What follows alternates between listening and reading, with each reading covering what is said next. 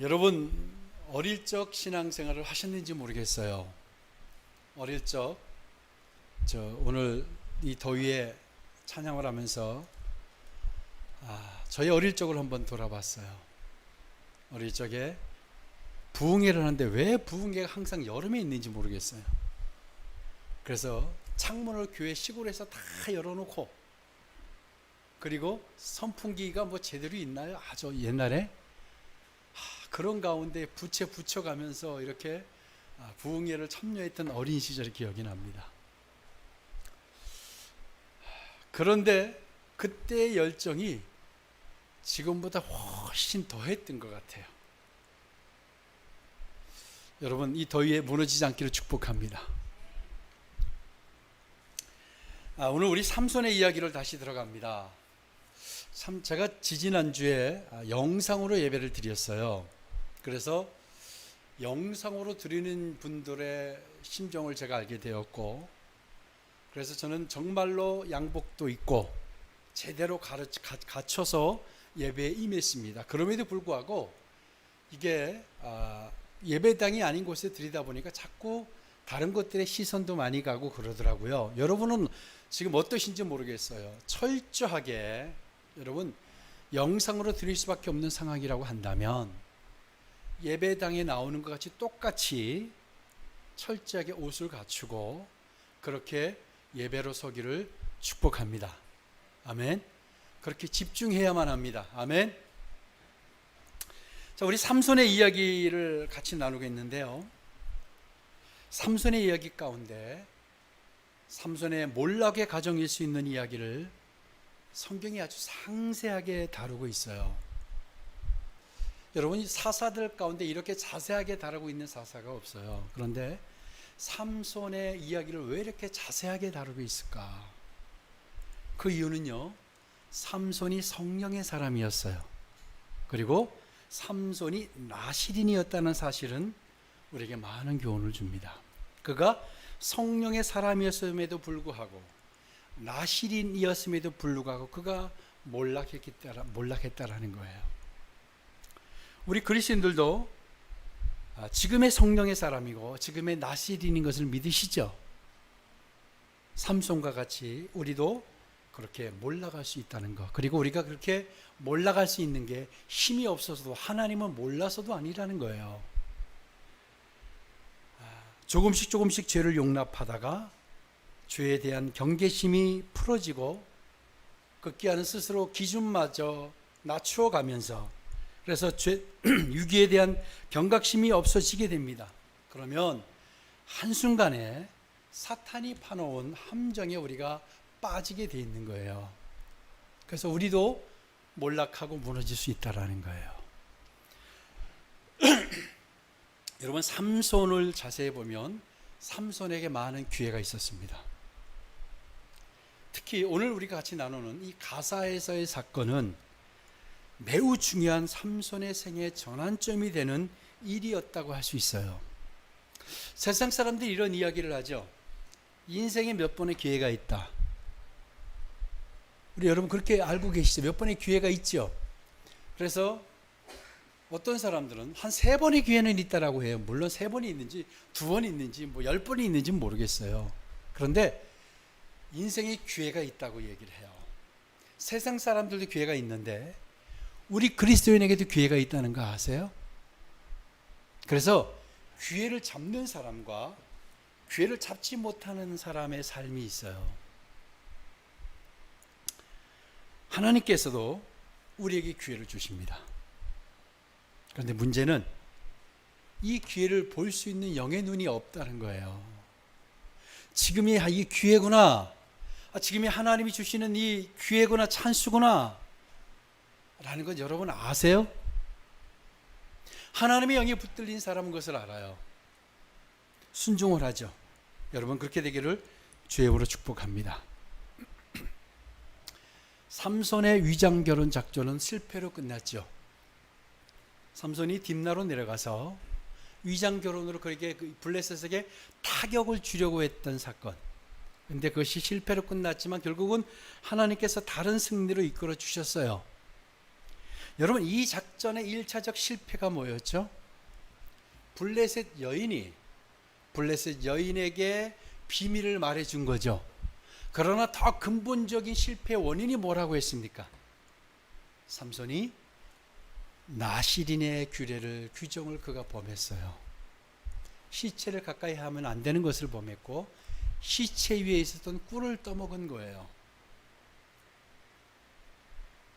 그래서 결국은 그 일은 블레셋 장인이 삼손을 또 우습게 보게 되고, 그러므로 다른 남자에게 그의 딸을, 삼손의 아내를 주게 되죠. 이로 인해서 삼손은 합법적으로 블레셋 사람을 칠 빌미를 제공받게 되고요. 그래서 여우 300마리를 꼬리를 묶어서, 자칼이라고 했죠. 기억나시죠?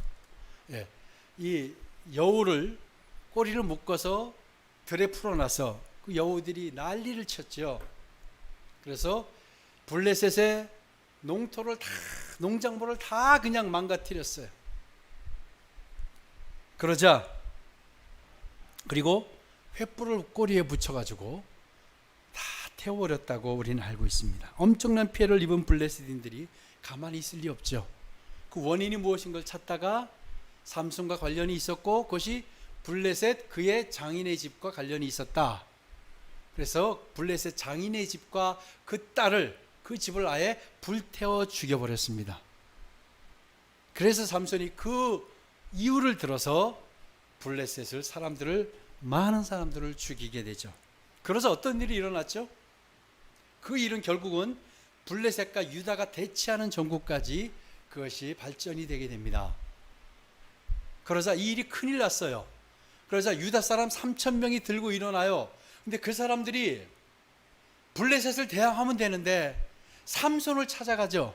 삼손을 붙들어 가서 삼손에게 달려가 삼손을 붙들어서 블레셋에게 넘겨주게 됩니다. 삼손이 그것을 응하고 결국은 그때 하나님의 능력이 강력히 임함으로 그가 나귀의 턱뼈를 가지고 몇 명을 죽여요? 1,000명을 죽이는 놀라운 괴력을 발휘하게 됩니다.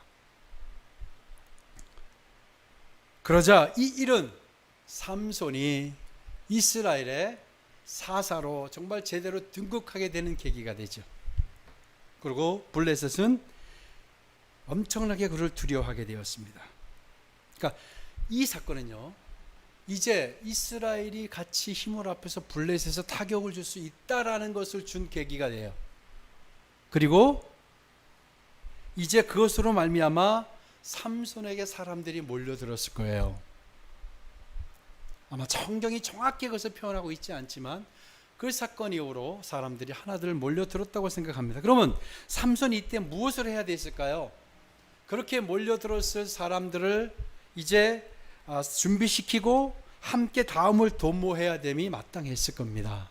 그런데 삼손은요, 삼손의 일생을 보면 혼자 일하는 것을 굉장히 좋아했어요. 이번에도 또 혼자 오늘 본문의 말씀해 보니까 가사로 내려가게 되죠. 자, 그렇다고 한다면 삼손이 왜 홀로 이렇게 일을 했고, 그리고 왜 혼자 행동하고 왜 홀로 가사로 내려갔을까요? 그 이유를 한번 우리가 더듬어 보면, 먼저 다시 한번 결혼 작전과 같은 것을 시도하려 했을 가능성입니다. 그럴만도 한 것이 가사는 유다에서 남쪽으로 아주 먼 곳에 한 60km 떨어진 곳에 있었어요. 다시 이야기하면 블레셋에서 5 중요한 성읍 중에 하나가 이 가사예요. 가사가 어디에 있었냐면 가장 밑에 애굽과 국경을 맞닿은 곳에 있었어요. 그러다 보니까 이곳에까지 삼손의 이야기가 전해지지 않아서 아마 삼손이 그곳에 내려가서 또 그 타격을 줄 수 있는 것을 생각했을지도 모르겠어요. 그런데 삼손이 딥나에 혼자 내려갔던 그 당시에는 아무도 삼손을 도와주지도 않았고 삼손을 인정하지도 않았고 함께 하려고 하지 않았죠. 그래서 혼자 갔었는데 아마 이번에는 좀 달랐을 것인데 그가 혼자 갔어요. 자, 바로 이제 또한 많은 사람들이 삼손을 알고 있었을 거예요. 그리고 삼손은 아마 혼자 했다고 한다면 그동안 이 배신이 아마 두려웠을 거예요.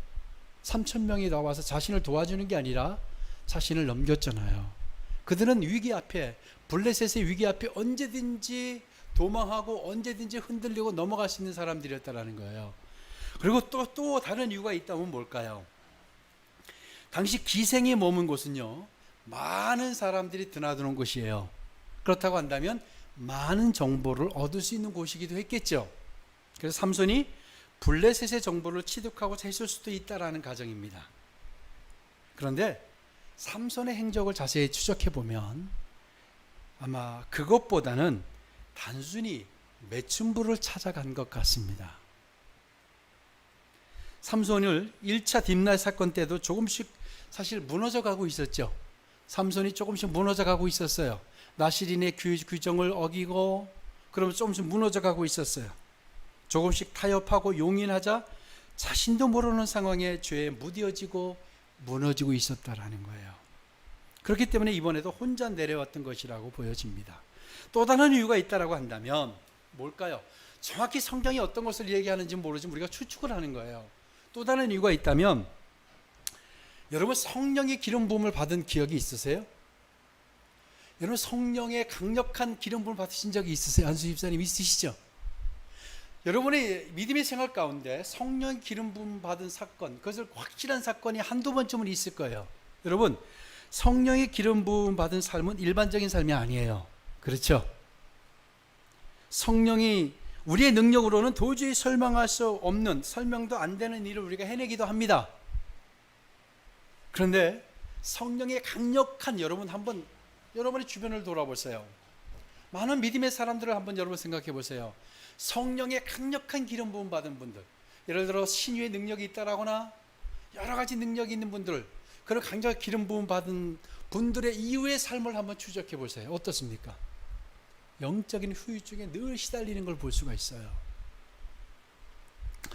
여러분 삼손은 어떤 사람이었다고 생각해요? 성령 충만한 사람이었다고 생각하세요? 여러분 삼손이 성령 충만한 사람이었을까요? 아니었을까요? 잘 모르시겠어요? 삼손은 성령 충만한 사람으로 보기가 어려웠다고 생각합니다. 왜냐하면 그의 행적이 그래요. 그러면 삼손은 성령 충만한 사람이라기보다는 강력한 성령의 기름 부으심을 자주 경험했던 사람인 거예요. 성령의 기름 부으심을, 강력한 기름 부으심을 삼손은 경험했던 사람이라고 볼 수밖에 없습니다. 그렇다고 하면 삼손의 생애를 보면 삼손이 여자를 자꾸 가까이 하고 매춘부를 찾아가고 여자를 찾아가는 게 그가 태생이 그랬을까요? 근데 좀 생각을 해보면 이 삼손의 어머니, 부모님의 믿음을 우리는 알고 있죠. 몇 안 되는 믿음의 가정이었다고 했어요. 그리고 삼손도 나실인으로 키워졌다라고 한다면 아마 그가 어릴 때부터 교육 때문에 그가 그렇게 됐다라고 보기는 어려울 것 같아요. 그렇다고 한다면 사탄이 그를 아마 무너뜨렸다고 생각을 해요. 어쨌든 이렇게 항상 문제는 강력한 기름 부음을, 엄청난 기름 부음의 힘을 얻은 다음에 나오는 것 같아요. 여러분 비슷한 사람을 우리가 성경에서 알 수 있어요. 엘리야 아시죠? 엘리야가 여러분 성령의 강력한 하나님의 능력을 나타낸 선지자 가운데, 사사 가운데 하나가 누구예요? 엘리야죠. 엘리야는 정말 성령의 큰 능력으로 수백 명에 달하는 거짓 제사장들과의 싸움에서 승리했던 사람이에요. 그가 제사를 드리고 기도했을 때 불이 하늘에서 내려왔죠. 그리고 비가 3년 반 동안 오지 않았는데 그가 비가 오기를 기도했을 때 비가 하늘에서 내렸어요. 그리고 그 비 속에서 아방의 병거보다 앞서 달리기도 했어요. 이것은 그 자신의 힘으로 한 일이 아니죠. 그런데 그 하루 동안 엄청난 엘리야가 성령의 능력에 사로잡혀 있었어요. 그런데 그 엄청난 성령의 힘을 다 쓰고 난 이후에 그가 심각한 후유증에 시달립니다. 그리고 그가 로뎀나무 아래 가서 어떻게 해요? 하나님 나를 죽여주세요. 하나님 나를 죽여주세요. 자신의 감정을 주체하지 못하고 하나님께 죽여달라고까지 기도해요. 이것이 바로 인간의 나약함이에요. 하나님의 손에 붙들려 사용될 때는 괴력이 나타나기도 해요. 그런데 그 일이 끝나고 난 후에 원래 자신의 모습으로 돌아오면 후유증에 시달리다가 그것을 채우기 위해서 갖가지 방법을 자신의 욕망과 욕심으로 달려가거나 이렇게 매춘부를 찾아가거나 이런 것들로 해결을 한 것 같아요.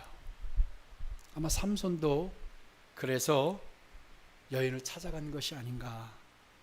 자기 안에 있는 영적인 불안과 인간적인 방법을 해소하기 위한 시도였을 가능성이 있어 보입니다. 자, 1절입니다. 1절을 한번 같이 한번 보실까요? 삼손이 같이 한번 읽어봅시다. 시작. 삼손이 가사에 가서 거기서 한 기생을 보고 그에게로 들어갔더니, 자, 기생집을 찾은 것이 분명합니다. 아마 삼손은 그렇게 영적인 불안을 해소하려는 요량으로 갔을 수 있다고 봐요. 사실 삼손은 행동을 아무 조심했어야 됐고, 왜냐하면 누구도 이 삼손을 잘 알았기 때문에 아마 굉장히 조심했어야 될 거라고 생각합니다. 위험 요소가 많았어요. 삼손이 기생집을 찾았을 때 그것이 어떤 방법으로든지 블레셋 사람들에게 전달이 됐을 거예요. 실제로 그래요. 오늘 2절에 바로 어떤 일이 일어나죠? 2절을 같이 보겠습니다. 한번 읽읍시다. 시작. 가사 사람들에게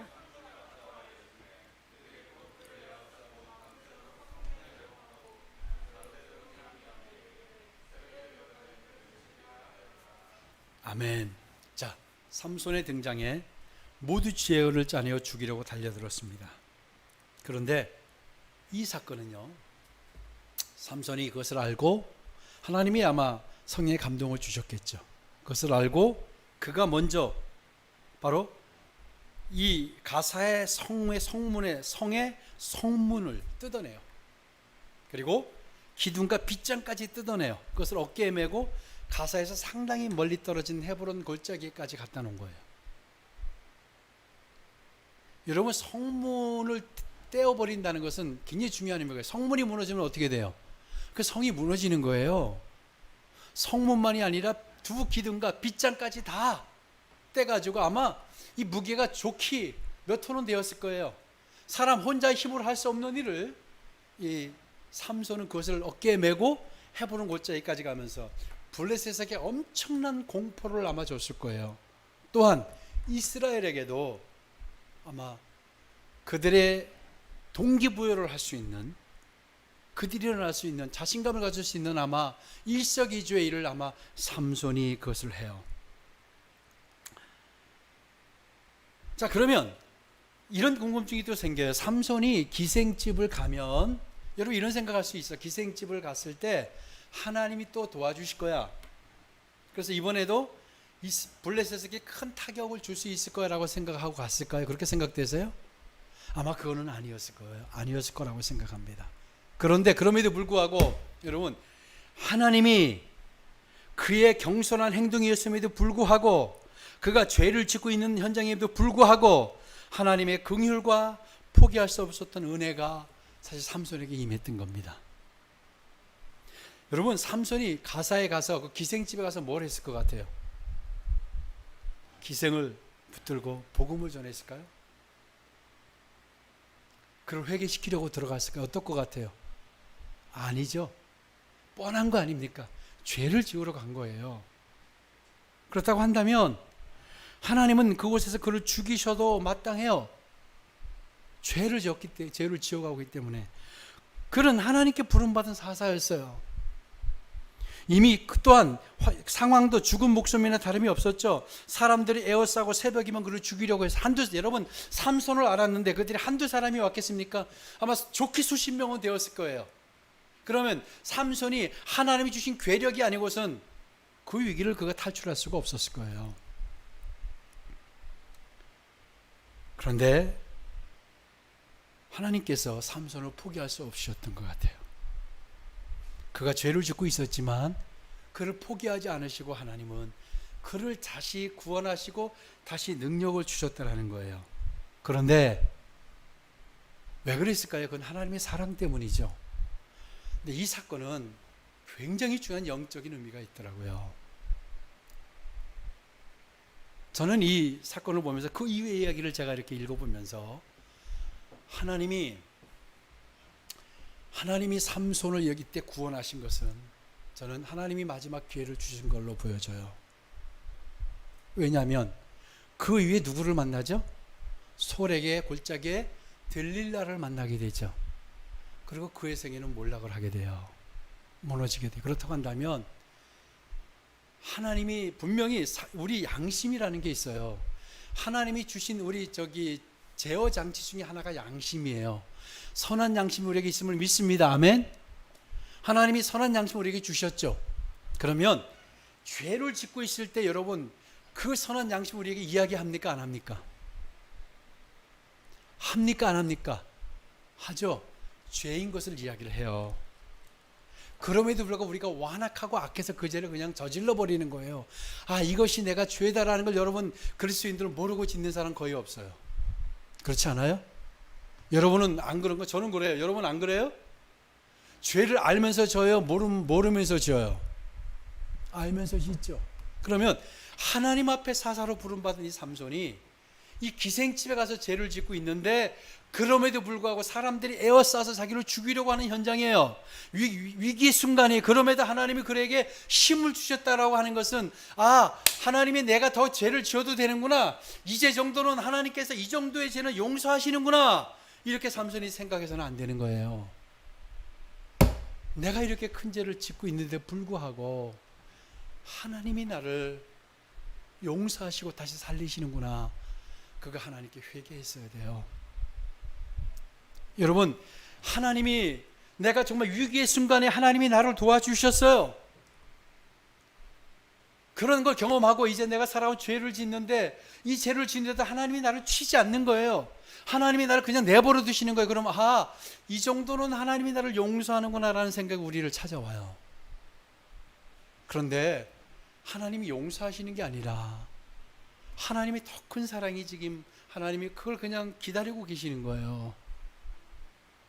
그리고 여러분 자만하시면 안 돼요. 내가 죄를 짓는데 이 정도는 내가 괜찮구나라고 생각하는 거 안 된다는 거예요. 삼손이 이 가사의 사건은요 정말 마지막 기회였다고 저는 생각을 해요. 마지막 하나님이 경고했어요. 그게 선한 양심에게 얘기했을 건데 그는 듣지 않았어요. 그러자 그 이후에 4절에서 무엇이 나와요? 소래 골짜기에 들릴라를 만나고 그를 흠모하게 됩니다. 그래서 그의 삶이 우리는 알잖아요. 어떻게 되죠? 두 눈이 뽑히게 돼요. 머리가 잘려지고 힘을 잃고요. 마치 소가 하듯이 그가 감옥에서 소로 그 맷돌을 돌리는 일을 그가 했어요. 정말 처절하게 철저하게 무너진 거예요. 그러니까 돌이켜보면 이 가사의 사건은 그가 그냥 위기를 넘어간 것 같지만 엄청난 하나님의 경고였던 거예요. 이것을 우리가 깨달을 수 있는 눈이 열려야 됩니다. 내가 죄를 짓고 있음에도 불구하고 이 죄가 넘어가서 하나님 용서하신 것 같아. 이 정도는 괜찮구나. 아니에요. 그걸 그냥 넘어가다 보면 어떤 일이 일어난지 아세요? 소래 골짜기에 들릴라를 만나게 되는 거예요. 아멘. 들릴라는 우리를 다 무너뜨리는 사람이에요. 들릴라는 내 두 눈을 빼게 하는 사람이에요. 정말 우리는 중요한 교훈을 얻습니다. 하나님이 은혜 주실 때 우리가 회개해야 돼요. 우리 선한 양심이 우리를 터치할 때 우리가 회개해야 돼요. 하나님이 도와주실 때 더 우리가 겸비해서 하나님께 무릎 꿇어야 돼요. 우리가 죄를 짓는데 회개하지 않았는데도 하나님이 나를 도와주실 때가 있어요. 그렇잖아요? 내가 하나님께 온전한 죄를 다 구하지 않았는데 고백하지 않았는데도 하나님이 도와주실 때가 있어요. 그것은 하나님이 정말로 마지막 기회라고 생각하셔야 돼요. 하나님이 긍휼을 주시는 기회예요. 삼손이 이때 만약에 여러분 삼손이 이때 그것을 선한 양심이 말하는 것을 깨닫고 그 하나님 앞에 무릎 꿇고 기도하고 회개했다면 삼손의 인생이 어떻게 달라졌을지 모릅니다. 물론 그를 하나님이 마지막에 도와주셔서 그가 그 전에 죽인 사람 더 많은 사람을 죽였지만 만약에 들릴라를 만나지 않고 그가 회개한 인생이 되었다라고 한다면 엄청난 일을 했을지도 모릅니다. 그래도 하나님이 도와주셨다는데 여러분이 초점을 두실 것이 아니라 그가 회개할 기회를 놓쳤다라는 거예요. 그래서 이 가사의 사건은 그의 인생의 전환점이었다고 저는 생각을 합니다. 여러분 생애 가운데 여러분의 전환점이 늘 있어요. 그게 기회인 거예요. 저는 이 삼손이 가사의 사건을 통해서 그가 기회를 잡지 못했다고 봅니다. 여러분, 여러분에게 기회가 있어요. 하나님 말씀하실 때가 있어요. 그게 언제냐? 나를 치실 때도 말씀하시는 거지만 내가 죄를 짓고 있음에도 불구하고 하나님이 나를 도와주실 때 그것도 기회인 거예요. 하나님의 은혜가 아직도 나에게 있기 때문에 내가 하나님께 돌아갈 수 있는 기회라는 거예요. 이것을 볼 수 있는 영의 눈이 열리기를 축복합니다. 이것을 여러분 볼 수 있는 여러분 마음의 문이 열리기를 축복합니다. 여러분, 잘 될 때, 하나님이 도와주실 때 더 서야 되는 거예요. 하나님이 우리를 극단적인 방법으로 치시고 우리를 뭐 재앙이나 또 우리의 질병이나 물질의 어려움으로 치실 때 그때는 다 누구나 하나님께 무릎 꿇어요. 그때 안 꿇는 사람 없어요, 여러분. 정말로 사탄에 온전히 물들인 사람 아니면. 그런데 정말 중요한 건 하나님이 도와주실 때 우리가 그것을 볼 수 있어야 됩니다.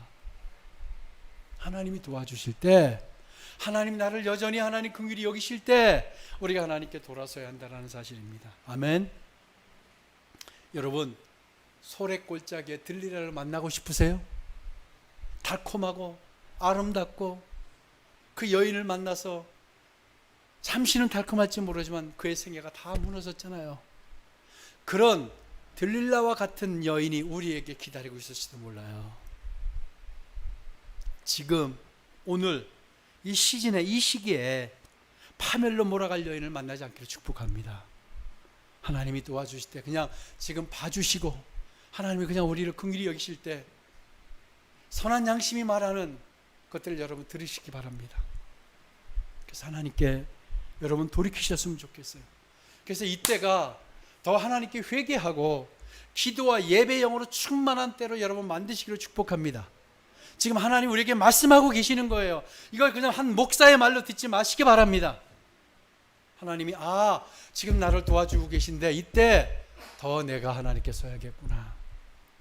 여러분, 각종 재앙의 원인이 뭔지 아세요? 지금 우리 전 세계가 몸살을 앓고 재앙을 겪고 있어요. 각종 재앙의 원인은 주의 법을 멸시한 데 있다고 말하고 있습니다. 우리 레위기 26장 15절부터 17절 우리 같이 한번 한 목소리를 읽어봅시다.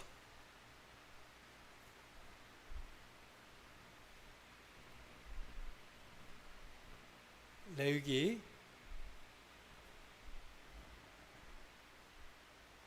없습니까? 여러분 찾아보십시다. 레위기 26장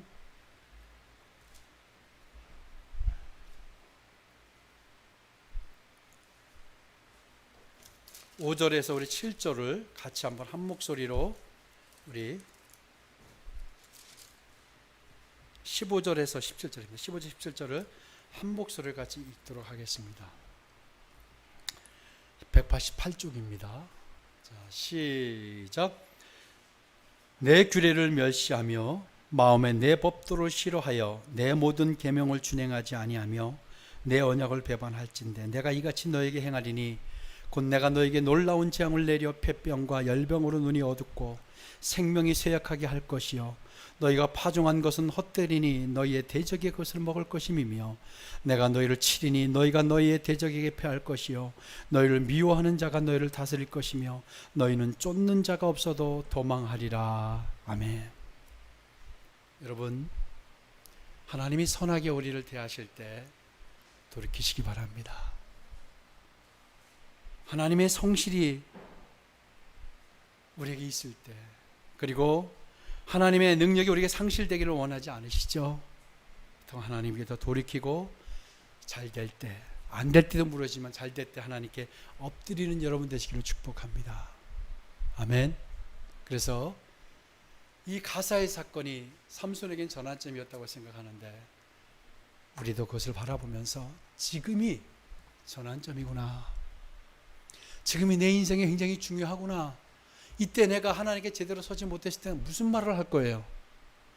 그때는요, 하나님, 코로나 때문에요, 제가요, 이해하시잖아요.